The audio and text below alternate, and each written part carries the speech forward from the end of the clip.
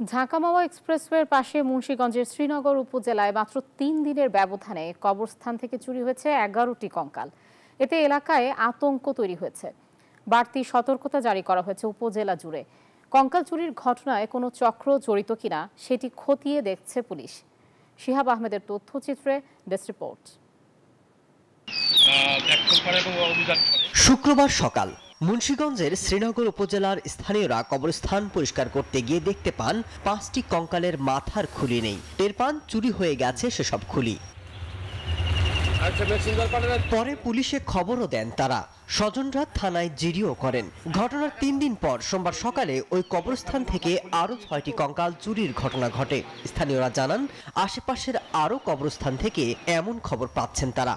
আমাদের এই কবরস্থানটা তো হাই রোডের পাশে থাকাতে এখান থেকে নেওয়ার পরে আলোচনাটা বেশি হইতেছে। কঙ্কালগুলো চুরি হয়ে গেছে, তাদের ওয়ারিশ যারা আছেন তাদের অনেক খারাপ লাগছে।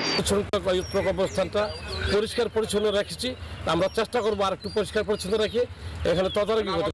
পরপর কয়েকটি কঙ্কাল চুরির ঘটনায় আতঙ্ক ছড়িয়ে পড়েছে স্থানীয়দের মাঝে। এগুলা কারা করতেছে এগুলা তো ঠিক না, মুখের ভাষা আর ফেলতেছে। পাহারাদার না থাকার কারণে এই ধরনের ঘটনার যিনি ঘটতেছে। ঘটনাগুলোর পেছনে কোনো সংঘবদ্ধ চক্র জড়িত কিনা সেটি খতিয়ে দেখতে কাজ করছে পুলিশ।